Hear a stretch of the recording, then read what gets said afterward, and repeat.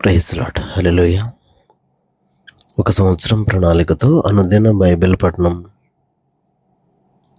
ఈరోజు మార్చి 22, 2025. ఈరోజు కొరకు ఏర్పాటు చేయబడిన బైబిల్ వాక్య భాగాలు: పాత నిబంధన యెహోషువ 7-8 అధ్యాయాలు మరియు కొత్త నిబంధన లూకా సువార్త 2వ అధ్యాయము 25 నుండి 52 వరకు. మొదటిగా యెహోషువ 7వ అధ్యాయము. శపితమైన దాని విషయంలో ఇశ్రాయేలీయులు తిరుగుబాటు చేసిరి. ఎట్లనగా, యూదా గోత్రములో జరహు ముని మనముడును జబ్ది మనముడును కర్మీ కుమారుడునైన ఆకాను శపితం చేయబడిన దానిలో కొంత తీసుకొనెను గనుక యెహోవా ఇశ్రాయేలీయుల మీద కోపించెను.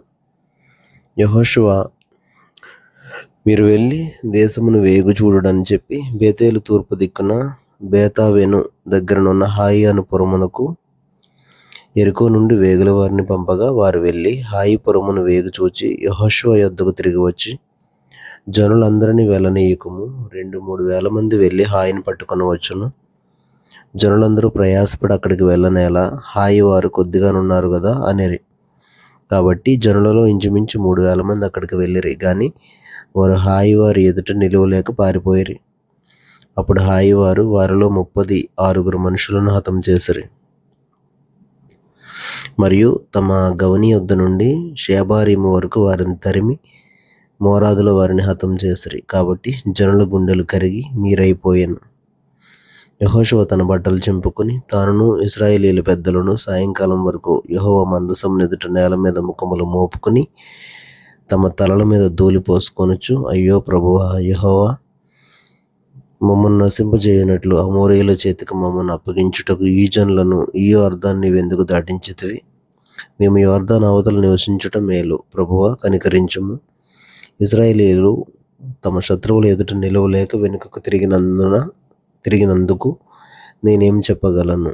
కనానీయులను ఈ దేశ నివాసులందరూ విని మమ్మల్ని చుట్టుకుని మా పేరు భూమి మీద ఉండకుండా తుడిచివేసిన ఎడల ఘనమైన నీ నామమును గురించి నీవేమి చేయదు అని ప్రార్థింపగా, యెహోవా యెహోషువతో ఇట్లనెను, లెమ్ము, నీవేళ ఇక్కడ ముఖము నేల మోపుకొందువు. ఇశ్రాయేలీయులు పాపం చేసి ఉన్నారు. నేను వారితో చేసిన నిబంధనను వారు మీరి ఉన్నారు. శపితమైన దాన్ని కొంత తీసుకుని బొంకి తమ సామాన్లో దాన్ని ఉంచుకుని ఉన్నారు. కాబట్టి ఇశ్రాయేలీయులు శాపగ్రస్తులై తమ శత్రువుల ఎదుట నిలువలేక తమ శత్రువుల ఎదుట వెనుకకు తిరిగిరి. శాపగ్రస్తులైన వారు మీ మధ్య ఉండకుండా మీరు వారిని నిర్మూలం చేస్తేనే తప్ప నేను మీకు తోడై ఉండను. నీవు లేచి జనులను పరిశుద్ధపరిచి వారితో ఇలాగ చెప్పుము, రేపటికి మిమ్మును మీరు పరిశుద్ధపరచుకొనుడి. ఇశ్రాయేలీయుల దేవుడైన యెహోవా సెలవిచ్చిందేమనగా, ఇశ్రాయేలీయులారా, మీ మధ్య శాపగ్రస్తమైనది ఒకటి కలదు. మీరు దానిని మీ మధ్య ఉండకుండా నిర్మూలం చేయు వరకు మీ శత్రువుల ఎదుట మీరు నిలవలేరు. ఉదయమున మీ గోత్రముల వరుసను బట్టి మీరు రప్పింపబడుదురు. అప్పుడు యెహోవా ఏ గోత్రమును సూచించునో అది వంశముల వరుస ప్రకారము దగ్గరకు రావాలను. యెహోవా సూచించు వంశము కుటుంబముల ప్రకారము దగ్గరికి రావాలను. యెహోవా సూచించు కుటుంబము పురుషుల వరుస ప్రకారం దగ్గరకు రావాలను. అప్పుడు శపితమైనది ఎవని యొద్ద దొరుకును వానికి కలిగిన వారిని అందరినీ అగ్నిచేత కాల్చివేయవలను. ఎలయనగా వాడు యెహోవా నిబంధనను మీరి ఇశ్రాయేలులో దుష్కార్యం చేసిన వాడు అనెను. కాబట్టి యెహోషువ ఉదయమున లేచి ఇశ్రాయేలీయులను వారి గోత్రముల వరుసను బట్టి దగ్గరికి రప్పించినప్పుడు యూదా గోత్రం పట్టుబడెను. యూదా వంశమును దగ్గరకు రప్పించినప్పుడు జరహీయుల వంశం పట్టుబడెను. జరహీయుల వంశమును పురుషుల వరుసను దగ్గరికి రప్పించినప్పుడు జబ్ది పట్టబడెను. అతడును అతని ఇంటి పురుషుల వరుసను దగ్గరికి రప్పింపబడినప్పుడు యూదా గోత్రములోని జరహు ముని మనముడును జబ్ది మనముడును కర్మీ కుమారుడునైన ఆకాను పట్టుబడెను. అప్పుడు యెహోషువ ఆకానుతో, నా కుమారుడా, ఇశ్రాయేలు దేవుడైన యెహోవాకు మహిమను చెల్లించి ఆయన ఎదుట ఒప్పుకొని నీవు చేసిన దానిని మరుగు చేయక నాకు తెలుపమని నిన్ను వేడుకొనిచున్నానని చెప్పగా, ఆకాను యెహోషువతో, ఇశ్రాయేలీయుల దేవుడైన యెహోవాకు విరోధంగా నేను పాపం చేసినది నిజము. దోపుడు సొమ్ములో ఒక మంచి షీనారు పై వస్త్రమును 200 తులముల వెండిని 50 తులముల ఎత్తుగల ఒక బంగారు కమ్మిని నేను చూచి వాటిని ఆశించి తీసుకొంటిని. అదిగో నా డేరా మధ్య అవి భూమిలో దాచబడి ఉన్నవి. ఆ వెండి దాని క్రింద ఉన్నదని ఉత్తరమిచ్చి తాను చేసినదంతయు ఒప్పుకొనెను. అప్పుడు యెహోషువ దూతలను పంపగా వారు ఆ డేరా యొద్దకు పరిగెత్తి చూచినప్పుడు అది డేరాలో దాచబడి ఉండెను. ఆ వెండి దాని క్రింద నుండెను. కాబట్టి వారు డేరా మధ్య నుండి వాటిని తీసుకుని యెహోషువ యొద్దకును ఇశ్రాయేలీయుల యొద్దకును తెచ్చి యెహోవా సన్నిధిని ఉంచిరి. తరువాత యెహోషువయు ఇశ్రాయేలీయులందరూను జెరహు కుమారుడైన ఆకానును ఆ వెండిని, ఆ పై వస్త్రమును, ఆ బంగారు కమ్మిని, ఆకాను కుమారులను, కుమార్తెలను, ఎద్దులను, గాడిదలను, మందను, డేరాను, వానికి కలిగిన సమస్తమును పట్టుకొని ఆకోరు లోయలోనికి తీసుకుని వచ్చిరి. అప్పుడు యెహోషువ, నీవేళ మమ్మను బాధపరిచితివి? నేడు యెహోవా నిన్ను బాధపరచుననగా ఇశ్రాయేలీయులందరూ వారిని రాళ్లతో చావగొట్టిరి. వారిని రాళ్లతో కొట్టిన తర్వాత అగ్నిచేత కాల్చి వారి మీద రాళ్లను పెద్ద కుప్పగా వేసిరి. అది నేటి వరకు ఉన్నది. అప్పుడు యెహోవా కోపోద్రేకము విడిన వాడై మల్లుకొనెను. అందుచేత నేటి వరకు ఆ చోటికి ఆకోరు లోయ అని పేరు. యెహోషువ 8వ అధ్యాయము. మరియు యెహోవా యెహోషువతో ఇట్లనెను, భయపడకుము, జడియకుము. యుద్ధ సన్నద్ధులైన వారిని అందరినీ తోడుకుని హాయి మీదికి పొమ్ము. చూడుము, నేను హాయి రాజును, అతని జనులను, అతని పట్టణమును, అతని దేశమును నీ చేతికి అప్పగించుచున్నాను. నీవు ఎరుకోకును దాని రాజునకును ఏమి చేసేదవో అదే హాయికిని దాని రాజునకును చేసేదవు. అయితే దాని సొమ్మును పశువులను మీరు కొల్లగా దోచుకొనవలెను. పట్టణపు పడమటి వైపున మాటుగాండ్ల నుంచుము. యెహోషువయు యోధులందరూ హాయి మీదకి పోవలనని ఉండగా యెహోషువ పరాక్రమము గల 30,000 శూరులను ఏర్పరిచి రాత్రివేళ వారిని పంపి వారికి ఆజ్ఞాపించినదేమనగా, ఈ పట్టణమునకు పడమటి వైపున మీరు దాన్ని పట్టుకొని చూచుచు పొంచి ఉండవలను. పట్టణమునకు బహుదూరమునకు వెళ్ళక మీరందరూ సిద్ధపడి ఉండుడి. నేనును నాతో కూడానున్న జనులందరూ పట్టణమునకు సమీపించదము. వారు మునుపటి వలె మమ్మను ఎదుర్కొనుటకు బయలుదేరగా మేము వారి ఎదుట నిలువక పారిపోదము. మునుపటి వలె మీరు మన ఎదుట నిలవలేక పారిపోదురని వారు అనుకుని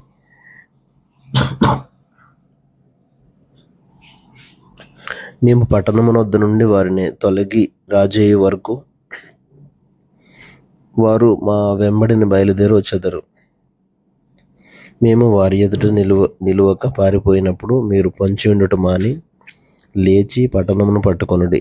మీ దేవుడైన యెహోవా మీ చేతికి దాన్ని అప్పగించును. మీరు ఆ పట్టణమును పట్టుకున్నప్పుడు యెహోవా మాట చొప్పున జరిగించి దానిని తగులబెట్టవలను. ఇదిగో నేను మీకు ఆజ్ఞాపించి ఉన్నానని చెప్పి యెహోషువ వారిని పంపగా వారు పొంచి ఉండుటకు పోయి హాయి పడమటి దిక్కున బేతేలునకును హాయికిని మధ్య నిలిచిరి. ఆ రాత్రి యెహోషువ జనుల మధ్య బస చేశాను. ఉదయమున యెహోషువ వేకువను లేచి జనులను వ్యూహపరిచి తానును ఇశ్రాయేలీయుల పెద్దలను జనులకు ముందుగా హాయి మీదికి పోయిరి. అతని యొద్దనున్న యోధులందరూ పోయి సమీపించి ఆ పట్టణమును ఎదుటికి వచ్చి హాయికి ఉత్తర దిక్కును దిగిరి.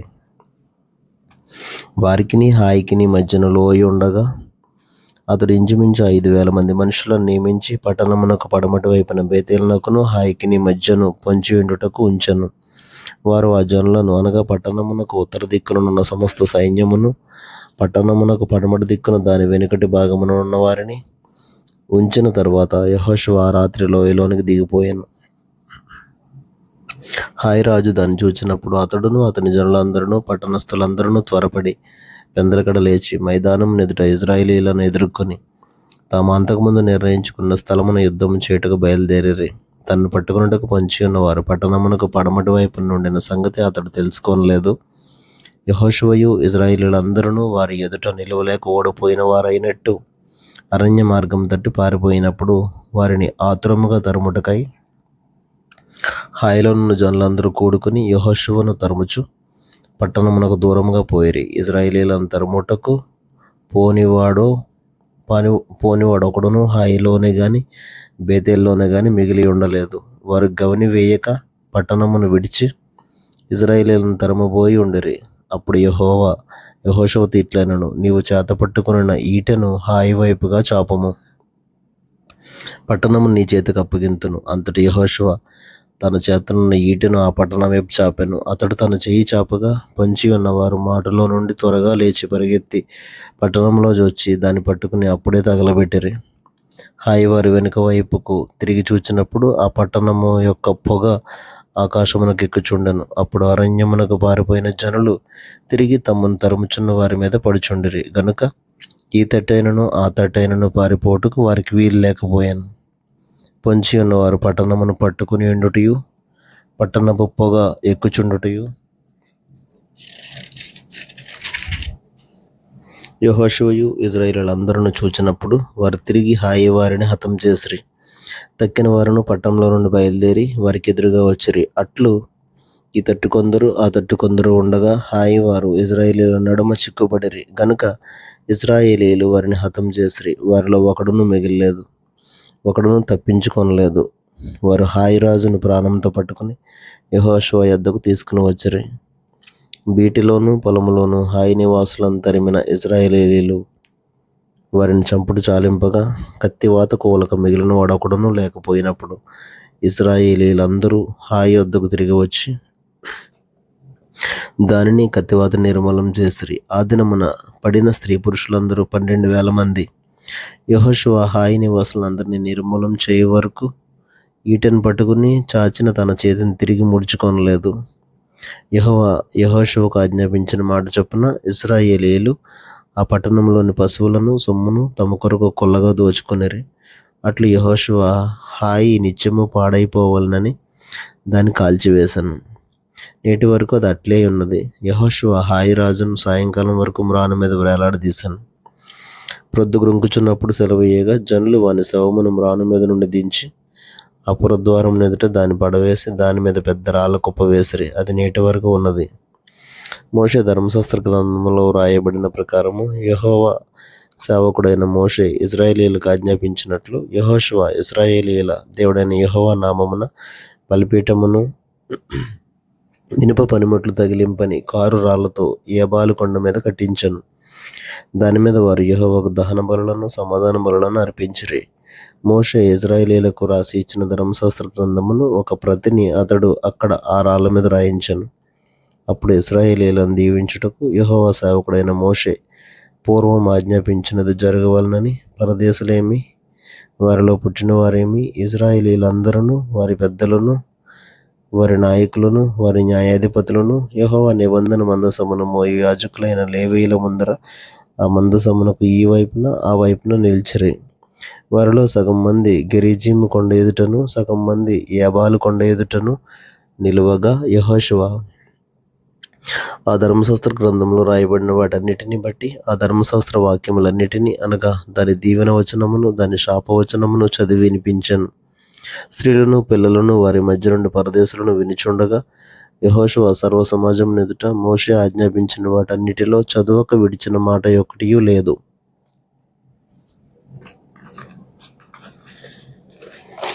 కొత్త నిబంధన లూకా సువార్త 2వ అధ్యాయము 25 నుండి 52 వరకు. యెరూషలేము నందు సిమియోను ఒక మనుషుడు ఉండెను. అతడు నీతిమంతుడును భక్తిపరుడునై ఉండి ఇశ్రాయేలు యొక్క ఆదరణ కొరకు కనిపెట్టేవాడు. పరిశుద్ధాత్మ అతని మీద ఉండెను. అతడు ప్రభు యొక్క క్రీస్తుని చూడక మునుపు మరణం పొందడని అతనికి పరిశుద్ధాత్మ చేత బయలుపరచబడి ఉండెను. ఆత్మవశుడై అతడు దేవాలయంలోనికి వచ్చాను. అంతటా ధర్మశాస్త్ర పద్ధతి చొప్పున ఆయన విషయమై జరిగించుటకు తల్లిదండ్రులు శిశువైన యేసును దేవాలయంలోనికి తీసుకుని వచ్చినప్పుడు అతడు తన చేతుల్లో ఆయనను ఎత్తుకుని దేవుని స్తుతించుచు ఇట్లనెను: నాదా, ఇప్పుడు నీ మాట చొప్పున సమాధానంతో నీ దాసుని పోనిచ్చుచున్నావు. అన్యజనులకు నిన్ను బయలుపరచుటకు వెలుగుగాను నీ ప్రజలైన ఇశ్రాయేలుకు మహిమగాను నీవు సకల ప్రజల ఎదుట సిద్ధపరిచిన నీ రక్షణ నేను కన్నులారా చూచితిని. యోసేపును ఆయన తల్లియు ఆయనను గూర్చి చెప్పబడిన మాటలను విని ఆశ్చర్యపడిరి. సిమియోను వారిని దీవించి, ఇదిగో, అనేక హృదయాలోచనలు బయలుపడినట్లు ఇశ్రాయేలులో అనేకులు పడుటకును తిరిగి లేచుటకును వివాదాస్పదమైన గుర్తుగా ఈయన నియమింపబడి ఉన్నాడు. మరియు నీ హృదయంలోనికి ఒక ఖడ్గం దూసుకుని పోవునని ఆయన తల్లి అయిన మరియతో చెప్పాను. మరియు ఆషేరు గోత్రికురాలను పనూయేలు కుమార్తెయునైన అన్న అను ఒక ప్రవక్తి ఉండెను. ఆమె కన్యత్వం మొదలు 7 ఏండ్లు పెనిమిటితో సంసారం చేసి బహుకాలం గడిచినదై 84 సంవత్సరములు విధవరాలై ఉండి దేవాలయం విడవక ఉపవాస ప్రార్థనలతో రేయింబగళ్ళు సేవ చేయుచుండెను. ఆమె కూడా ఆ గడియలోనే లోపలికి వచ్చి దేవుని కొనియాడి యెరూషలేములో విమోచన కొరకు కనిపెట్టుచున్న వారందరితో ఆయనను గూర్చి మాట్లాడుచుండెను. అంతటి వారు ప్రభు ధర్మశాస్త్రం చొప్పున సమస్తము తీర్చిన పిమ్మట గలిలయలోని నజరేతును తమ ఊరికి తిరిగి వెళ్ళిరి. బాలుడు జ్ఞానంతో నిండుకొనుచు ఎదిగి బలం పొందుచుండెను. దేవుని దయ ఆయన మీద ఉండెను. పస్కా పండగప్పుడు ఆయన తల్లిదండ్రులు ఏటేటా యెరూషలేమునకు వెళ్ళుచుండువారు. ఆయన 12 ఏండ్ల వాడై ఉన్నప్పుడు ఆ పండుగను ఆచరించుటకై వాడుక చొప్పున వారు యెరూషలేమునకు వెళ్ళిరి. ఆ దినములు తీరిన తర్వాత వారు తిరిగి వెళ్ళుచుండగా బాలుడైన యేసు యెరూషలేములో నిలిచెను. ఆయన తల్లిదండ్రులు ఆ సంగతి ఎరుగక ఆయన సమూహంలో ఉన్నాడని తలంచి ఒక దిన ప్రయాణం సాగిపోయి తమ బంధువుల్లోనూ నెలవైన వారిలోనూ ఆయనను వెతుకుచుండిరి. ఆయన కనబడనందున ఆయనను వెతుకుచు యెరూషలేమునకు తిరిగి వచ్చిరి. 3 దినములైన తరువాత ఆయన దేవాలయంలో బోధకుల మధ్య కూర్చుండి వారి మాటలను ఆలకించుచు వారిని ప్రశ్నలు అడుగుచూ ఉండగా చూచిరి. ఆయన మాటలు వినిన వారందరూ ఆయన ప్రజ్ఞకును ప్రత్యుత్తరములకును విస్మయమొందిరి. ఆయన తల్లిదండ్రులు ఆయనను చూచి మిక్కిలి ఆశ్చర్యపడిరి. ఆయన తల్లి, కుమారుడా, మమ్మను ఎందుకు ఇలాగ చేసితివి? ఇదిగో నీ తండ్రియు నేనును దుఃఖపడుచు నిన్ను వెదకుచుంటిమని ఆయనతో చెప్పగా ఆయన, మీరేలా నన్ను వెదకుచుంటిరి? నేను నా తండ్రి పనుల మీద ఉండవాలని మీరు ఎరగరా అని వారితో చెప్పాను. అయితే ఆయన తమతో చెప్పిన మాట వారు గ్రహింపలేదు. అంతటా ఆయన వారితో కూడా బయలుదేరి నజరేతునకు వచ్చి వారికి లోబడి ఉండెను. ఆయన తల్లి ఈ సంగతులన్నిటినీ తన హృదయంలో భద్రం చేసుకొనెను. యేసు జ్ఞానమందును వయస్సునందును దేవుని దయాందును మనుష్యుల దయాందును వర్ధిల్లుచుండెను. దేవుడు తన పరిశుద్ధ వాక్యమును మన వినికిడిలో దీవించునుగాక. ఆమేన్.